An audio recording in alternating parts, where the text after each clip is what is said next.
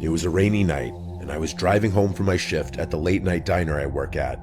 It was a quiet shift at work. I had a weird amount of energy still, so I knew I was going to have to pop a melatonin when I got home. I was driving my usual route, a scenic road during the day, but majorly dark at night, lacking many light posts. There's the occasional little parking lot with cute little strips of stores or family-owned restaurants and shops, and then just stretches of nothingness. And by nothingness, I mean forest, obviously. I was passing one of the aforementioned parking lots of a well-known deli, and under a light post was a woman standing out in the rain, with her arm held out. She was waving me down. I slowed as I realized it was a slightly older woman, who appeared to be in her mid-50s maybe. This woman was really tall, like 5'11 or 6 foot, but very skinny. I lowered my window and yelled, "Do you need a ride?" She came over to the front door and opened it, chanting how much of a hero I am. I asked where she's heading, and she said just up the road to town. She was soaking wet, getting my car all wet. But I like to think of myself as a good person, and I couldn't in good conscience leave another woman out there in the cold rain.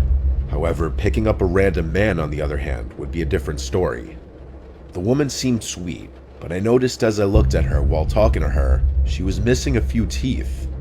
Very, very off-putting. I had to now wonder if she were homeless. She didn't smell or look like a homeless person though, but the rain soaking her and her clothes could have been masking any sense temporarily. Plus, her hair was so wet that what may have usually been scraggly, undone hair could now have been weighted down and straightened by the water. Either way, the woman was smiling the whole time and didn't seem like a threat. We pulled up to an intersection with a gas station on one corner. I pulled in next to a pump. Might as well fill up. I asked her if she wanted anything from inside. I was really doing my good deed for the week. She said no thanks, honey. So I went inside to pay the attendant for gas and some spiked seltzers since tomorrow was the weekend. When I got back to my car, the woman was gone. I looked around the gas station lot real quick, but it was tiny. She was gone. She must have ran off somewhere. I felt slightly bad, feeling like she was some lost, helpless woman, but part of me also felt slightly relieved. I filled up the tank of my SUV, and I was on my way home. When I got back to the house, I went straight inside my apartment, which is the first level of a two-family house. There's a tenant upstairs and me. The front door into the foyer was usually left unlocked. Then the two doors leading to each apartment were locked. I let myself in out of the rain and into my apartment. I set the seltzers down on the counter. I wasn't that tired yet, so I took a melatonin and tried to go to bed. Even with the melatonin though, I was having a hard time sleeping that night. My mind was kind of going wild with thoughts. A lot of thinking about that woman I picked up earlier, and what happened to her. At certain points, I heard slight sounds from outside of my bedroom, but I dismissed them as sounds from the upstairs tenant. Boy, do I wish I was more suspicious before falling asleep. I woke up in my dark bedroom, something that usually would never happen when I take a melatonin. I usually sleep like a baby through the night. I sat up feeling drowsy, feeling really thirsty too. I reached over the table next to my bed for my water, and then I saw and heard something across the room from me.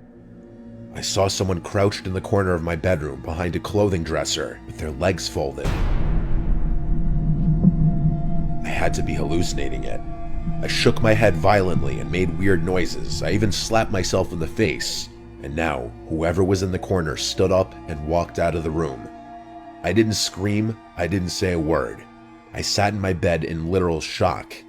The part that had me questioning my sanity for a bit after the figure was gone was that there wasn't a single sound from outside the room after this. No footsteps, not the sound of a door closing. I grabbed my phone and called my dad. He picked up, confused why I was calling so late.